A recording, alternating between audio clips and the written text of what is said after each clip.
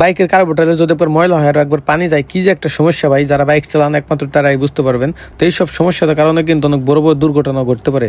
যে কারণটা হচ্ছে আপনার বাইকের কার্বোরেটরে যখন ময়লা থাকবে, পানি থাকবে, আপনি যখন রোডে বাইক টেনে বের হবেন, সামনে কিন্তু একটা গাড়ি থাকলে গাড়িটা যখন আপনি ওভারটেক করতে যাবেন তখন কিন্তু আপনি ওভারটেক করতে পারবেন না, আপনার গাড়িতে টান উঠবে না, আপনার গাড়িটা স্লো হয়ে যাবে এই ময়লা থাকার কারণে, আপনি কিন্তু ওভারটেক করতে পারবেন, তখন একটা ঝামেলা আপনার সাথে দুর্ঘটনা ঘটতে পারে।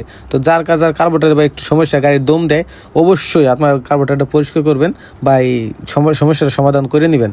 এরকম একটা ঝামেলার মধ্যে আজকে আমি পড়ে গেছিলাম যে আমার বাইকটা হঠাৎ করে আজকে বিকেল দম দিতেছিল। তো আমি একটা ব্রিজের ঢাল, অনেক বড় ঢাল, সেই জায়গায় আমি উঠতে গেছিলাম। তো হঠাৎ করে দেখছি আমার বাইকটা বন্ধ হয়ে গেছে, পিক আপ দিলে ইঞ্জিনটা বন্ধ হয়ে যায়, পিক আপে কাজ করতেছিল না।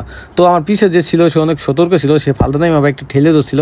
তো ওই জায়গায় ঠেলে না ধরতো ভাই, ওই জায়গা থেকে আমি পড়ে যেতাম, কারণ ব্রেক করলেও কাজ হইতো না, অনেক ঢাল পিছপতো চলে আসতাম। তো পিছও গাড়ি ঘোড়া ছিল, তো আমি সেই জায়গায় পড়ে যাই, একটা দুর্ঘটনা ঘটতে পারতো।